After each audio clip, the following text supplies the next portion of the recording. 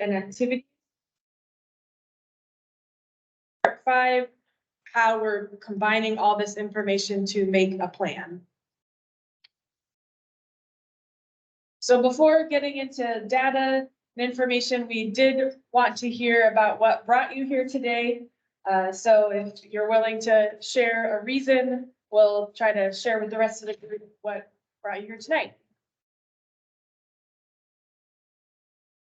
And I'll start by introducing myself because I didn't at the beginning. My name's Jennifer Salmon and I'm with Transportation Solutions. We are the consultant firm that the city hired to assist with the ADA transition plan project.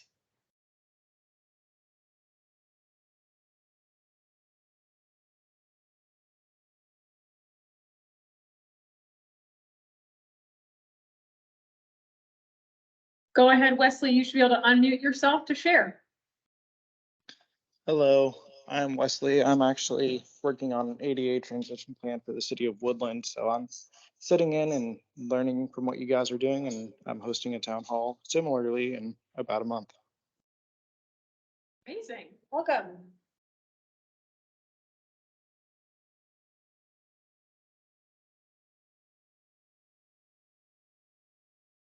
I do not see any more raised hands in the chat.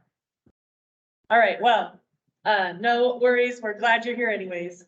For those who don't know about ADA transition plans, I will briefly review what they require. An ADA transition plan must do 4 things. It first must identify accessibility barriers. The 2010 ADA standards are the law that we look to for what is barrier. We need to describe the methods used to remove accessibility barriers. We need to provide a schedule, both a timeline and fiscal monetary commitments, and have that schedule be in place. And then we also have to have a public official responsible to implement the plan. This person from the city usually has some executive role to authorize that funds really will go to implement barrier removal. Cities fall under the Title II of the ADA.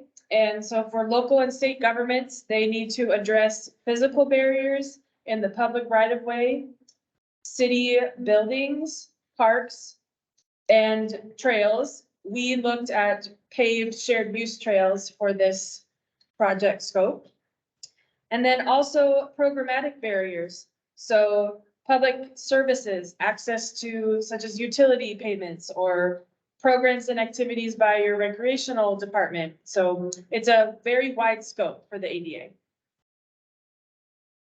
Part 1 done. On to part 2, the biggest chunk of the night. So sit back and relax for a lot of information in the next about 20 minutes. So public right-of-way facilities and shared use paved trails. I wanted to show some images of existing ADA compliant features in the city. So curb ramps, what we want to see are wide open clear spaces approaching a ramp that has an appropriate slope, appropriate side slopes, a high contrast detectable warning surface that is in yellow here for this ramp picture. And then ramps, there are also things called blended transitions where the road and the pedestrian route are flush as about the same level. Those also need to have detectable warning surfaces. So making sure pedestrians and mobility device users know they are moving into a roadway area. Sidewalks, looking at level sidewalks without vertical high edges that can be tripping hazards or prevent wheeled devices from maneuvering. We look at pedestrian signals, the push buttons that should have directional arrows and audio and vibro-tactile messaging for users to cross. So that's the ideal. We know that we have barriers that we need to fix. And so within Issaquah, I wanted to highlight how we have documented barriers to date. For curb ramps, we looked at the condition as well as whether it was technically compliant. It's very easy for a ramp to be non-compliant because it barely is over a slope allowance. So we tried to have a grading system to look at higher versus lower functional ramps. Fair or better ramps are green. They have mostly compliant and very functional condition. Yellow ramps, they're built to slightly older standards and may slightly exceed slopes. They have old detectable warning surfaces that are not color contrasted. And moving on to very poor ramps, we've identified in orange. These do not have sufficient width. They could be less than 36 inches wide, very steep slopes, no landing area, very not helpful to use. They're there, but not helpful. And then lastly, missing ramps. I actually only found one missing ramp in the city, and it's related to the I-90 interchange, which is WashDOT control. But I did want to show that we do look for where there is a missing ramp as well. I talked about those detectable warning surfaces. They could be missing. So that users do not know they're leaving a pedestrian route and going to a place where they could be in conflict with cars. They could be outdated. The middle image with that diamond aggregate in the pavement. And then the goal is to have them be compliant truncated domes. Next slide, please.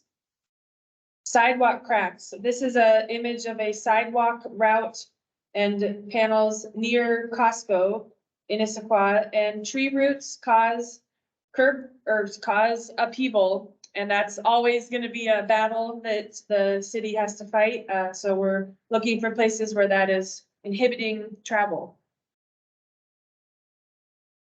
Sidewalks and paved shared use trails have similar issues. Pavement upheaval, cracks form in the pavement. Overgrown vegetation is less difficult to address, but we need to look for where maintenance needs to occur. And then having passing areas for wheelchairs and also parking areas for wheelchairs next to bench spaces and garbage cans that have accessible lids on them. So there are a lot of ways to improve accessibility within the city. Push buttons. There are a number of intersections that have old style push buttons that do not have vibro, tactile, or other messaging for those that need that messaging to utilize them. All right, that was a lot of imagery, pictures. Now I'm going to go through a series of maps. This presentation will be available afterwards, and it'll be posted to the webpage if you want to look at them in more detail. But I present them so that you know the city has the data in our mapping system.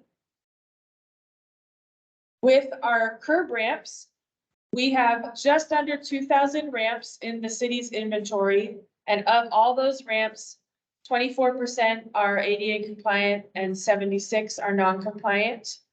This is not surprising.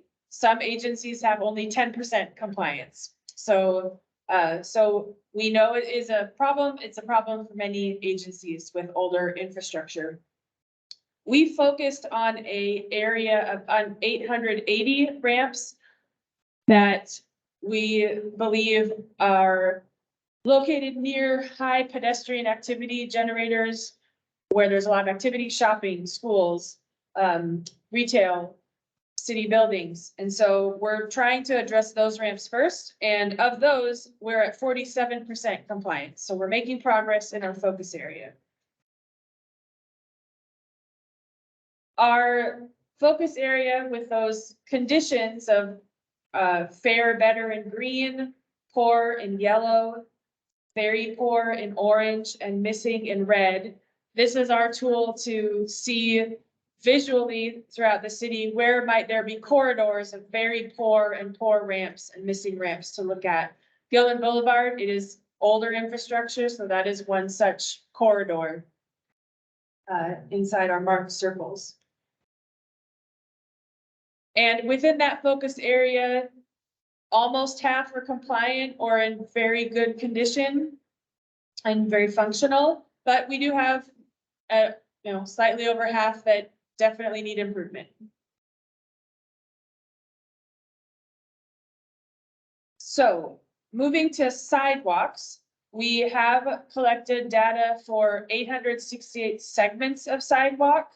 And at the segment level, 18% are ADA compliant and 82% are non-compliant. The city also recently performed a sidewalk hazards inventory, looking for places throughout all of the city's sidewalks where there were high edges, and 69% of inventoried locations have high edges. And the top causes are tree root upheaval and concrete panel settling. So that is as long as there are trees, there will be sidewalk hazards to address.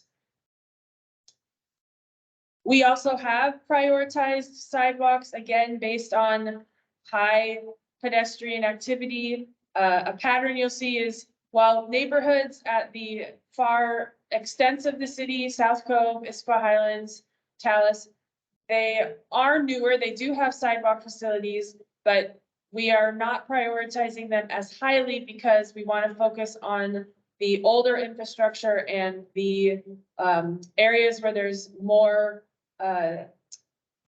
activity for commerce and public use and schools. Accessible on-street parking. We inventoried from GIS map, from Google Map aerial imagery. We looked and found 874 individual parking stalls, and 15 of them had the painted ADA symbol. That does not mean that they're actually a fully compliant stall, but we did want to know what we had and what the general public would assume was available for parking.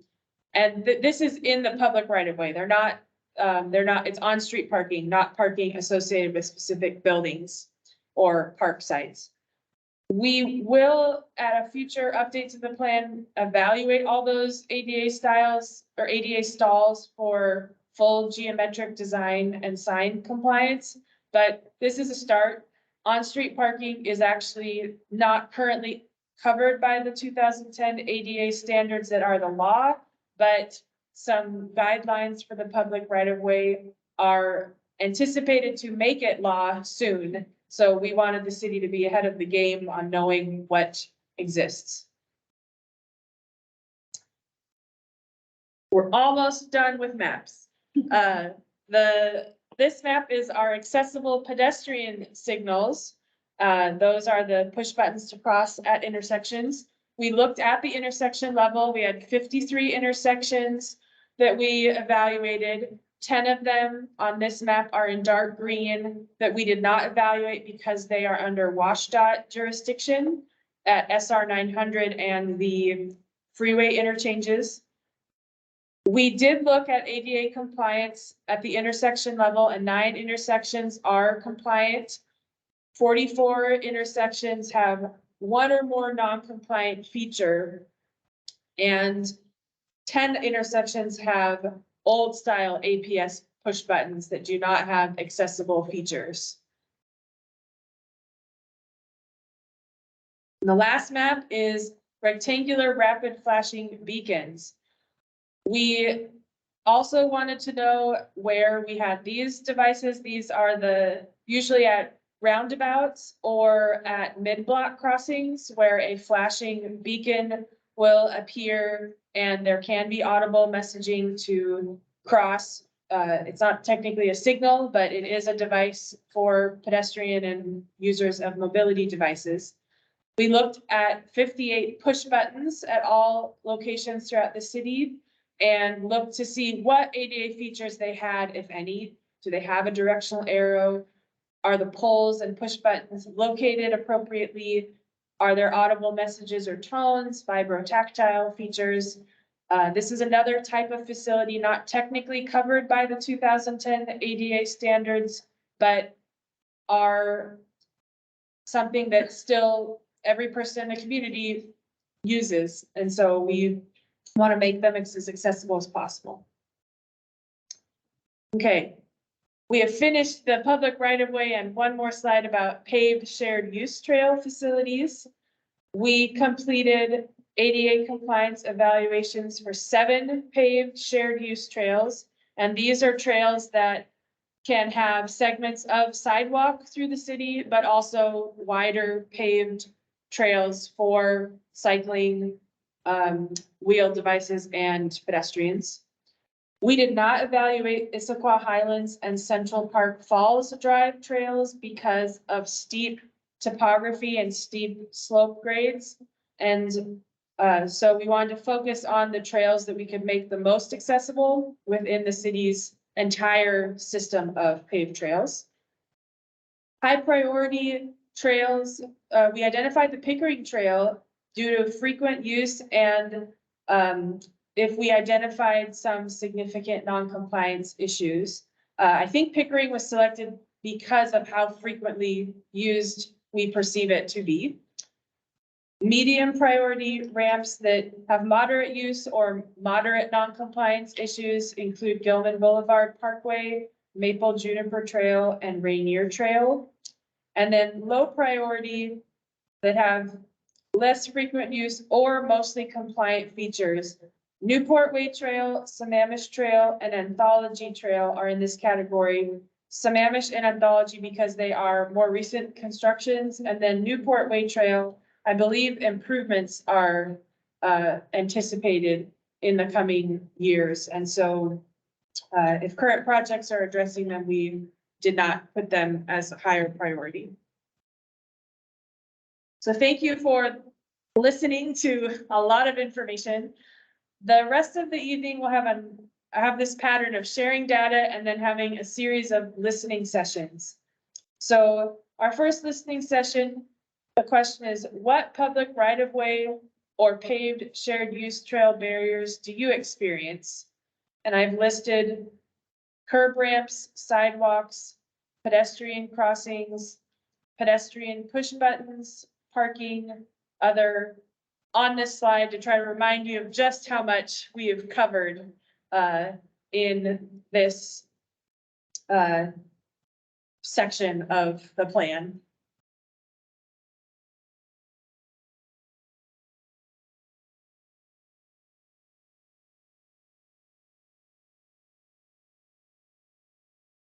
This can be your own personal experience, maybe when you've had difficulty traveling, or if you have family members, even with strollers, just have there been places where you could not move how you needed to move in the public right of way.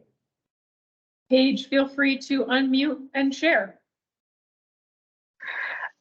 So my son has special needs, and he has some mobility issues, and he is 14, and he's been becoming more independent where he's taking walks on his own, and he has an adaptive tricycle that he uses, and he has come across quite a few sidewalks, and I know we live in the Issaquah Highlands, which I know is a low priority, but I'm pretty sure this is probably the case around all of Issaquah, where even just a small a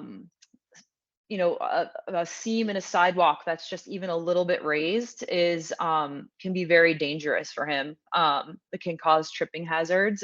And then not only walking, but also when he's riding his bike. So mainly that's what we run into, is a lot of tripping hazards, and because of the sidewalks being uneven. And then also,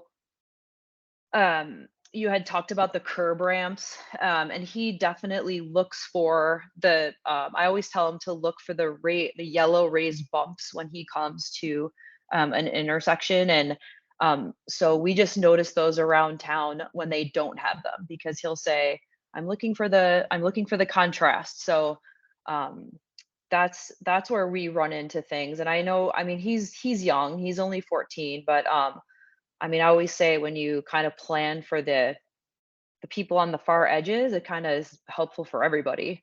Um, so yeah, I would say for sure for our family, um, curb ramps and then just uneven sidewalks are I do worry about that when he's out and about.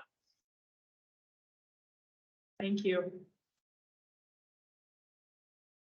May I ask, does he use these, routes to go to school, or is it more for recreational purposes?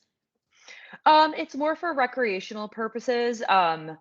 He I don't know, he doesn't walk far, but for us, it's important because it's building a sense of independence in him. And I want him to feel comfortable doing things on his own once he gets to be older. I mean, I always think about what's coming next for him. And so he's 14 now. And so now I'm kind of thinking about what does life look for Michael as he gets older. And so I want him to be able to feel confident to, if he wants to walk down the Safeway, he can do that. If he wants to, walk to a different part of our neighborhood, he doesn't have to worry about uneven sidewalks or the curb ramps. Um, so yeah. Did that answer your question? Yes, thank you. And I don't want to say that getting to school or recreation is one is more important than the other, by no means. More Right. to Yeah. learn, Like, your I know that- residence is your 100% priority is getting to and from your Yeah. residence, whatever purpose. Yeah, exactly. I just think because of where we live, I mean, it would be great if he could, because there's, I mean, even on Gilman, there's just so much to do there. Like, I would love for him to be able to, walk independently to those places without there being hazards along the way. And I know that there are adults who, I mean, Michael's not going to school, but adults need to get to work and to the bus stop or what have you. So.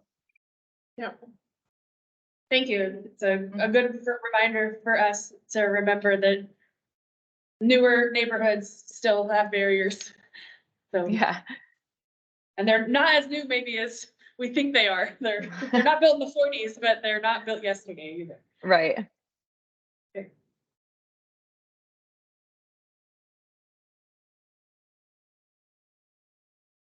I'll ask the in-person crowd if there are any comments. I'd say, so I'm with Appler, and we've been using for 50, 60 years now. A lot of clientele certainly has accessibility issues that's deal with everything from our facility. Which you kind of expressed here. I also live here, so I'm a resident of Issaquah. I have two aging parents, both are late duties. For 9 a couple days ago. The sidewalks are definitely events. Trying to use a walker and even a sidewalk. Yes, with so I think those are things kind of relevant to me. The other would be maybe, I'm not sure exactly where you sit with so do we, it's been a while since I've actually used last time I was on, for example, I think it's one markings where physically it's free for all, right? I don't know if that's changed or not, but certainly if it has not changed, markings as to increase development by one person or another, like it's utilized by in-law, taking off with a walker, like the bike holders, taking off 30 miles an hour, 30 hours. So something to do with that. I think, but also I don't think it's touched here.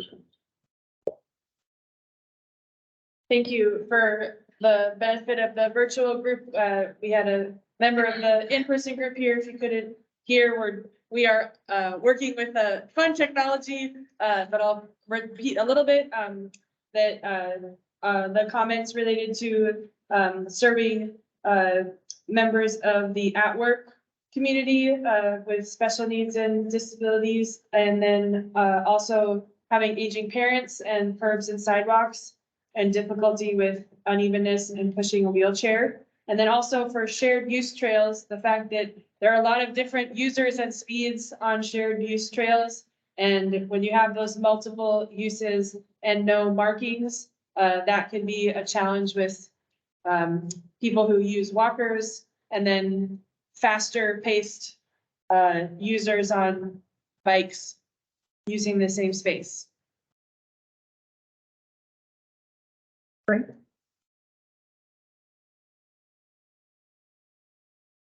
Okay, we'll go ahead to listening session 2. You may have answered it already, but which public right-of-way or paved shared use trail barriers are most important for the city to remove first? So I have been hearing curb ramps and sidewalks have come up twice. And so if anyone wants to add to that, this is on the type of facility. There's also a question in the chat. Okay, If you'd like to sure. entertain it. Okay. So Wesley asks, at an intersection, how did you determine where to say no ramp versus there shouldn't be a ramp here? Was that from a map, preferred pedestrian access route through the city, or just your best judgment? For Issaquah, we did not have many locations or we looked at where there were ramps, and for what I can recall, there were receiving ramps where there were ramps. So I didn't necessarily have that case of needing to decide whether a ramp was missing. That was just in Issaquah's case. I'll reread the question. No ramp.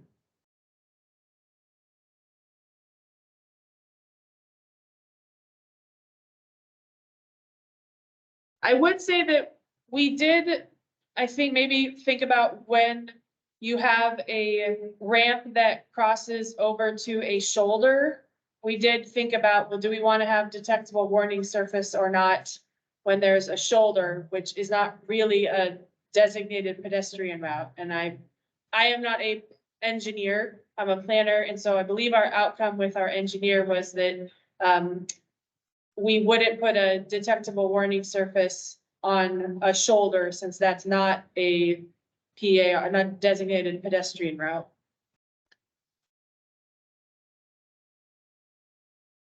Right.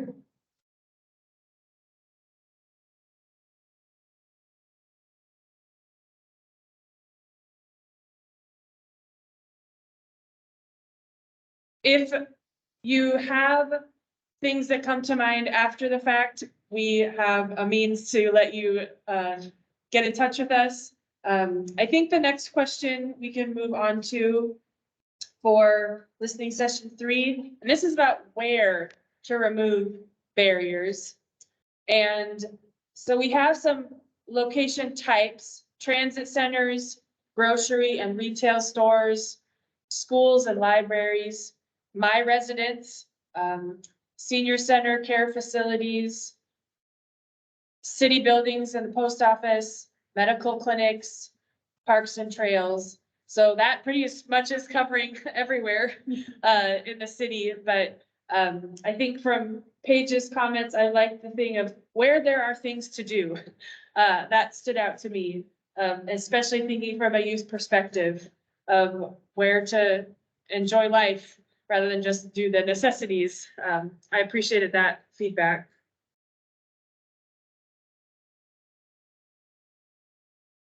Any additional input on locations?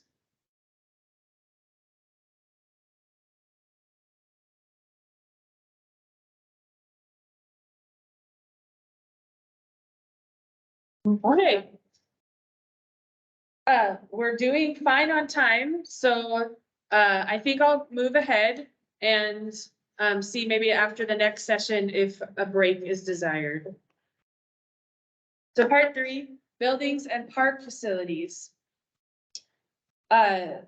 Buildings and parks, we have an architect that evaluates facilities of these types and has a checklist based on federal priorities.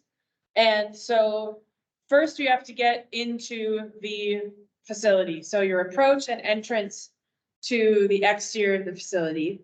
So that is parking for the site, the route from the parking to the door, ramps, and steps to make sure you have a way in. Second priority is access interior to the facility, how you get around hallways, whether there are built-in objects that you can access, counter heights, for example, seating and paths around seating, door widths and pressure on the doors to open them. The third is the restrooms and showers. It's a little odd of a category, but this is for the publicly accessible spaces in a building that you can get in and around the bathroom stall that's marked ADA, that plumbing fixtures and soap dispensers, hand dryers, and grab bars are in usable reach and can be used. And then other amenities and emergency services. So drinking fountains, telephones, and fire alarms that have visual as well as auditory alarm systems.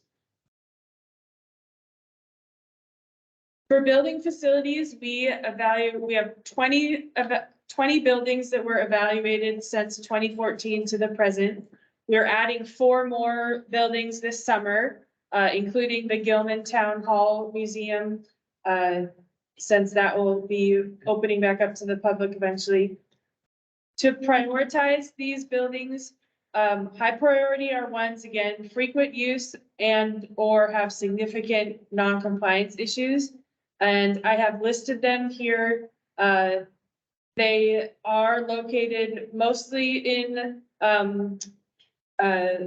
South Issaquah, so around the community center, City Hall South. The 235 building is across from the community center, the Food and Clothing Bank, the Senior Center, and Julius Bone Pool. The remaining buildings, we had 6 medium priority and 7 low priority. All of these will be very much described in detail in the draft plan to come. Now for some pictures about building features, trying to illustrate the 4 federal priorities. We've got parking and access routes. We want to have our ADA parking stalls serving ramps rather than stairs and have wayfinding for those ramps. Door pressure. This door has a pressure bar, but also has a button to press to open automatically. Bathrooms need to have grab bars and space around toilets and the sinks for adequate clearance and reach. Counter heights and drinking fountains should also be at heights to be accessible for people in mobility devices. Then on the park side, we have evaluations for 19 parks. 11 parks were not evaluated because they were either newly constructed, are planned for renovation, do not have any public amenities, or are undeveloped open space that may not even be accessible. And for prioritizing them, we did identify 3 high priority parks: Salmon Run Nature Park, Squaw Valley North Park, and the Tradition Plateau, given its popularity in the I-90 corridor. 4 parks were identified as medium priority and 12 as low priority. Within the parks, again, parking and access routes. This image shows a parking with access route and wide ramp to access a wide trail on the Issaquah Highlands. And then when our architect evaluated parks, Muirwood Park is shown with an aerial image and labels for play structures and picnic tables and the features that are accessible or not accessible. Within parks, there are unpaved trail features, and we wanted to make sure that if there were unpaved trails that were marked as ADA accessible, that they were in fact accessible to outdoor recreation best practices. And so we looked at the like Tradition Lake, there's a ADA accessible trail segment there. And then we also looked at the surface treatments and bridges for some of the observation decks within the city's parks that have non-paved but also not gravel surfaces to maneuver on. So same pattern, listening sessions. Can you think of building or park barriers that you experience?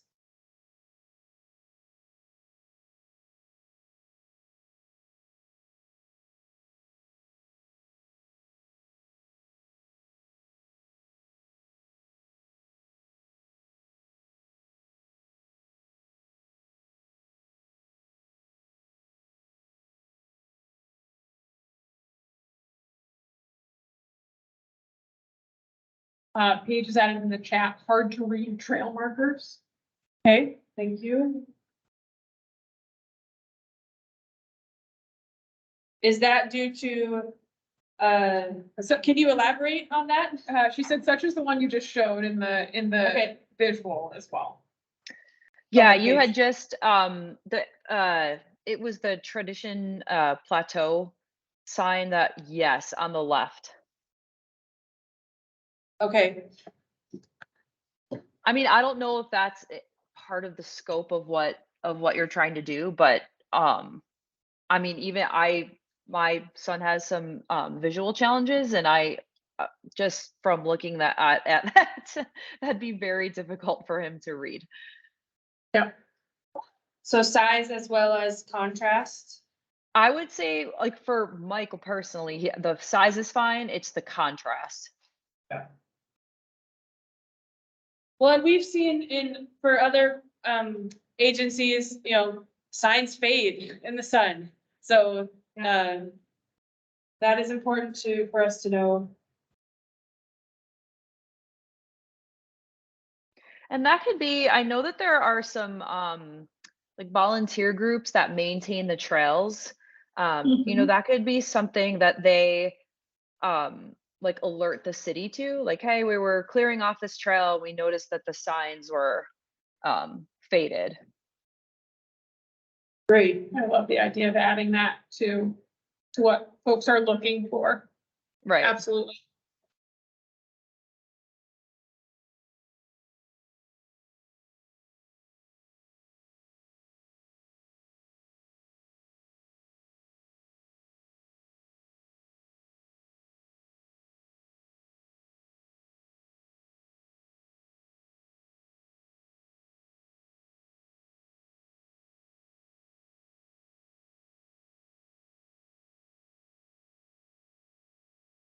We can move on to number 5. Which building or park barriers are most important for the city to remove first?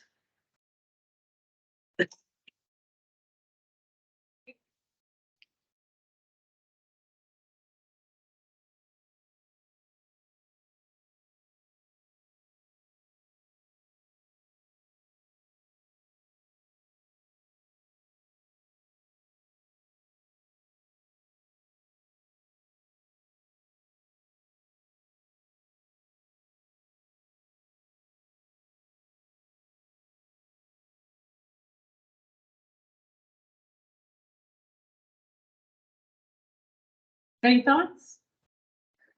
And go ahead.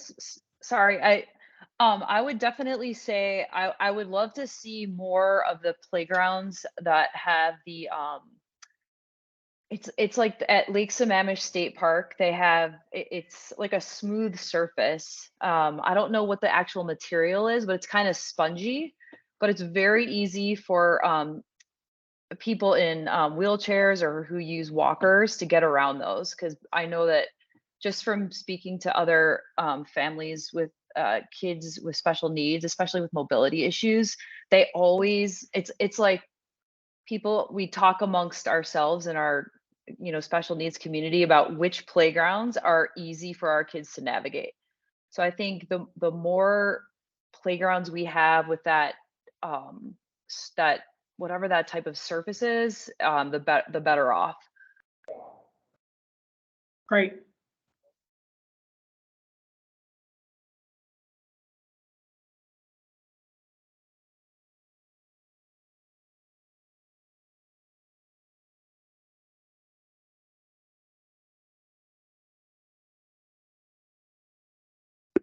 Okay.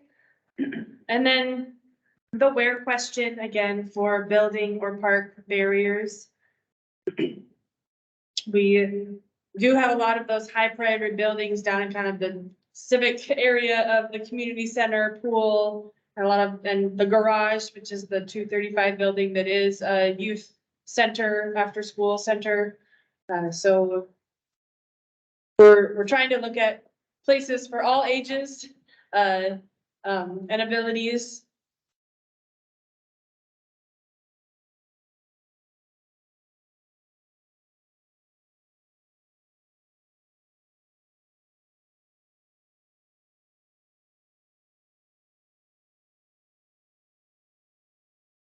Going once, going twice? You want Sure. to power through? I think I could do a quick check-in. Any objections Oh. to continuing? Paige, okay. is your hand up from before? Or are Yeah, you coming? sorry. Nope, No nope, worries. let me lower, sorry. No worries. Okay, well, I think my intent was take a break at 7, so we'll just keep going. We might finish by 7 too, so.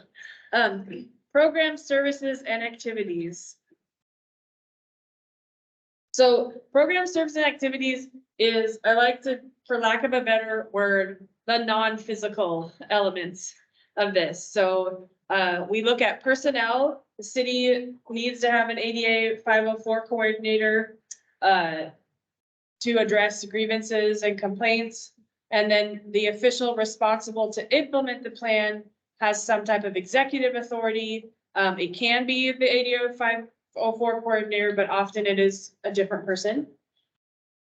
And for policies and procedures, every local or state government needs to publicly have an ADA notice that they will not discriminate on the basis of disability. They need to have an ADA grievance procedure for how to file a grievance and appeal it.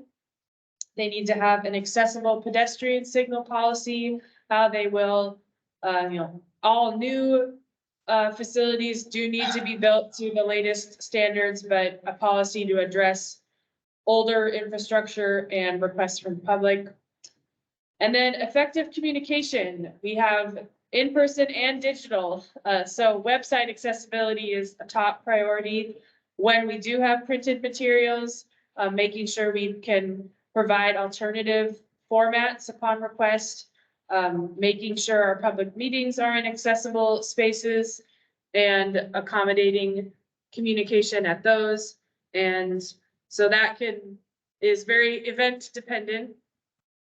And then participation. So one example is that if you have a program that requires a driver's license as a form of ID, that's discriminatory for people who do not drive. So that's one element of removing barriers to access and also having activities in integrated settings to the highest degree possible.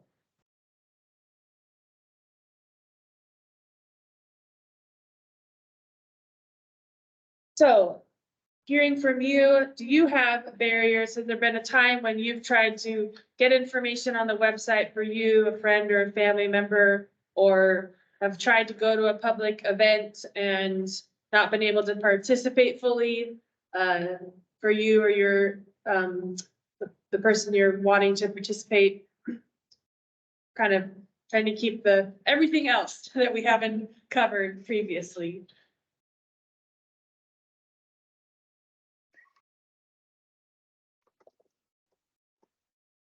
Paige, you look like you have a thought. Not to- No, that's okay. I feel like I'm the only one talking in here, but I just want, I mean, I'm just gonna go for it. So is Yeah. this where we would um talk about some of the programming that's offered at the community center through Parks and Rec? You can absolutely share that feedback here, yes. Yeah, so I would love to see more programming, especially around the Special Olympics, because I know that the Parks and Rec department does have, at the very least, I think they have basketball. Um, but I think that there is a huge demand from families who would love to have more opportunities for their kids with special needs to participate in group activities together. And I know that I've seen in the community guide the some of the offerings through Special Olympics, and I know that there's also a group that has outings with individuals with special needs, and ultimately that particular group fills up really quickly. And I mean, I would love to see like an additional staff hired so that more people can participate in that.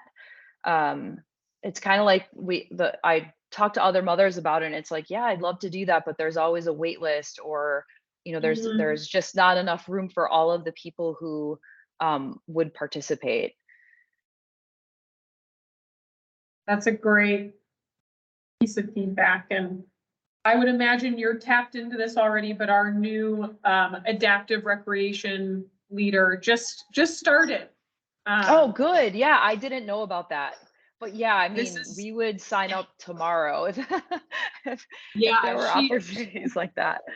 She just came on board. It was a position that was really well, I would say, advocated for in this most recent budget, and she just started on the 16th of May. I just met with her last week. Oh, great. Her fourth day on the job. So I'll make sure that she hears this, but I would imagine there'll be more information coming soon. Okay, great. Thank you. And then Wesley dropped in the chat. See this, Wesley? Someone who's colorblind. I know I appreciate the maps, figures, etc., that have symbols associated with color coding. That's a great point, Wesley. That's been something that we've really been thinking about a lot in terms of some of our data dashboarding that we've been doing. And then also as we get ready to launch our open data portal, thinking about what our maps look like, so that we know visuals are really fun, and we don't always think about making them accessible. So that's a really great note as well. I think in general, having symbols for things is really helpful, like across the board for people who have disabilities and people who don't. Yes. Yes. Thank you. The draft plan will have a lot of maps in it, and so I will look for ways to shift to symbols for those. Colors and Colors and symbols, a good mix. thoughts from you on this question? Yeah. We already use the signage and materials, is this, are these, available also in language? Something like speaking. Yep. Individuals accessible to the information would be important, so. Say that. Would be easy. Language accessibility, it's not, I should have said this at the top, we're here talking about the ADA, but this is all part of a broader commitment to being an accessible and inclusive community. And so while languages other than English aren't necessarily, except for, of course, sign language, American Sign Language, which is in the ADA, language accessibility in general has to be a priority if we think about being a diverse and inclusive community. And that it's a big part of, I know our communications team is really committed to ensuring that hard copy materials are always available, at least in Mandarin and Spanish. But I know that we're thinking a lot about, as our community continues to diversify, what are those other languages that we want to make sure that we're printing things in? So that's a great point.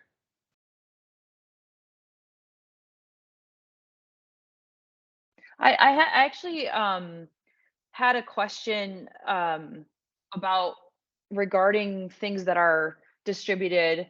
I know that the federal government has, they call it plain language for communications, like a communication style. I think they call it plain language. Is that something that Issaquah tries to do? Is use those plain language standards for the things that they distribute to That is to the residents?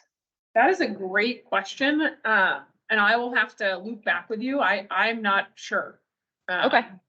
Off the top of my head, but I'll make a note page to find out. And Okay. at the very least, even if we're not, that's like a great resource for us to be thinking about. Yeah, there actually the federal government has a great website that gives suggestions to people. It's geared toward employees of the federal government who might be creating you know, anything involving communication and creating websites, and it's basically guidelines on how to use plain language. And it's one of those things where it benefits everyone. And it's a particular writing style. It's a very direct type of writing style that I mean, I know there's a style guide online through the federal government that gives you advice on how to use plain language. That's awesome. Thank you. To look that up. Yeah, if there are feedback on this presentation for when we present, we'll need to present this to the city council, which is also a public comment space. And this will be available for draft. The whole draft plan will be available. And that is something that I do struggle with, trying to identify technical language, but make it accessible to non-engineers and non-technicians. So even if in this presentation you think there are places that was this was too technical, please let us know. Classic planner problem. Yeah. Yep. Okay, I think we could do the next listening session, which is the last one. So which programmatic barriers are most important for the city to remove first? With website accessibility, and printed materials, public meeting accommodations, program eligibility, alternative format requests. It sounds like just providing the programming is a priority from what I hear of Paige, and that, see, plain language and even multilingual accessibility.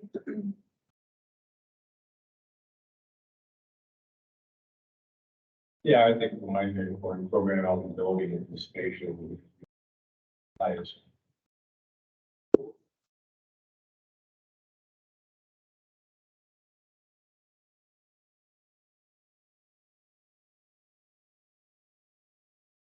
Great. For those over the internet here, program eligibility and participation was reaffirmed and doubled down on here in person.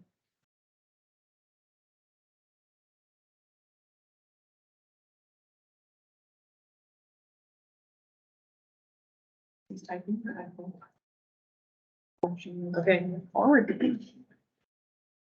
So, we will proceed with the last portion here of making a plan to let you know what steps the project team are taking.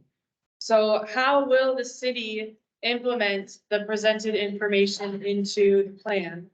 So we will have a public feedback chapter that will include our online survey feedback that we conducted last August. It will include this feedback from tonight's evening on prioritization and the barriers you experience. And the key part is within the plan is we want that schedule for barrier removal and a financial plan to fund that barrier removal. We will have timeframes of years associated with dollar amounts. And we'll have some buckets of, either corridors or focus areas where we want to, from a location perspective, remove barriers, but we also want that public feedback to, if we hear that, that could change the prioritization from our feedback we get. Excuse me. And then a key thing is developing a monitoring tool to track barrier removal. We are presently considering annual progress reports. So, a newsletter or just a, did we do what we said we were going to do last year? And then a more robust planned update, perhaps at a 5-year interval, to look more deeply at how are we making some more systemic change versus spot improvements. You have a spot in all this for, if I were to leave this building now, walk down the street and see something, wait for me to let that feedback, what would that be supposed to look like? Certainly, if you have people in the community noticing something right on the spot, nice to be able to send a flip or what we want to call it, saying just find uneven Yeah. sidewalk. I just tripped over it, saw somebody trip over, and it was a priority. Yeah. Sort of waiting the information back into the.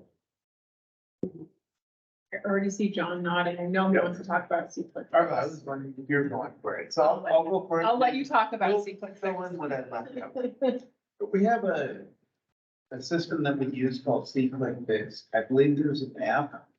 And what you can do is you can either submit a request online on a computer or on an app. So let's say if you're walking around and you see a high edge, you see you can trip over it, take a picture, use the app, submit it, and then it automatically goes to the person who's responsible for managing the high edges or other things. So but there's a whole bunch of categories, more than just high edges. There's, the traffic concerns. You probably know which other one. Oh, there are dozens of categories, but what you pointed out is that a lot of them are very specific categories to say a sidewalk issue or I think there's a curb ramp category. I don't know if you have one.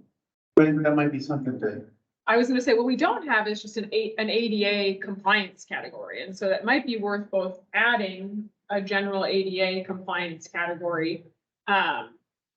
But yeah, it's so how can we use our C-Click Fix tool to support those that are out experiencing this and spotting those areas for us?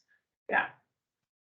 I'm not sure if we've done it yet. I know we've talked about it, but maybe even adding the link to C-Click Fix from the ADA transition webpage. Yep. That's a great question. And definitely not something that we've publicized widely. Yeah.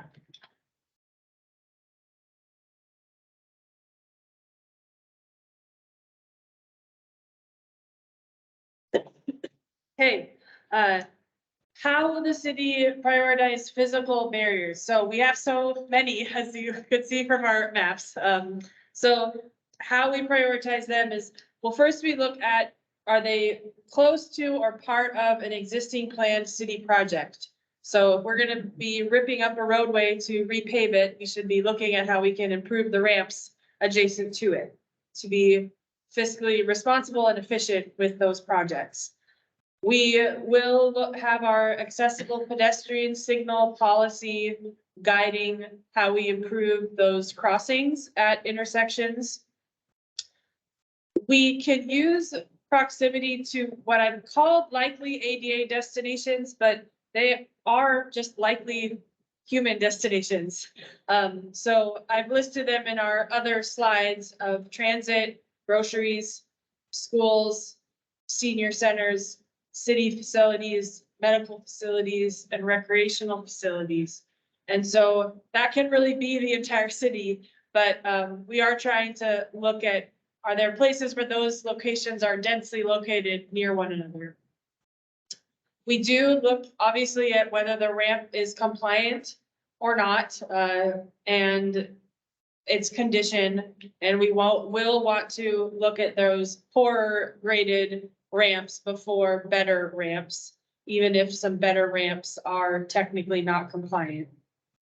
And public feedback, the online surveys, this open house, and then comments we get on the draft plan later this year.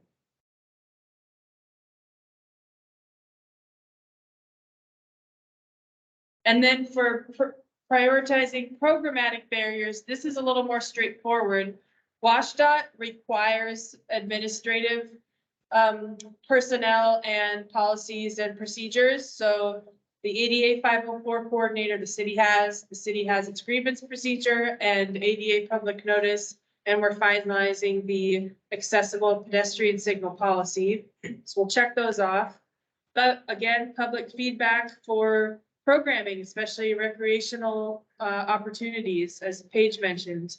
And then longer term items, given the breadth of the city's website and the breadth of activities, we are trying to keep in mind everything that the city touches from a responsibility standpoint, are we as accessible as possible?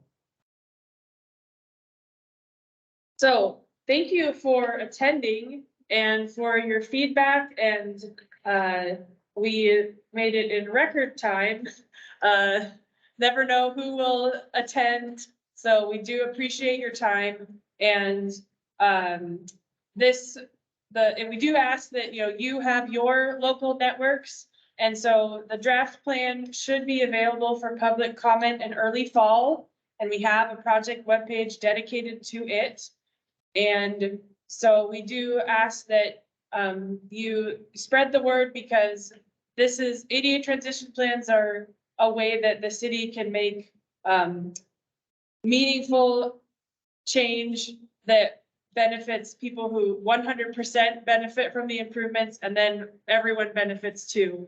So we appreciate your partnering with us on this start to an ongoing effort to make Issaquah accessible. And we'll open it up for any last questions, comments, inputs, asks.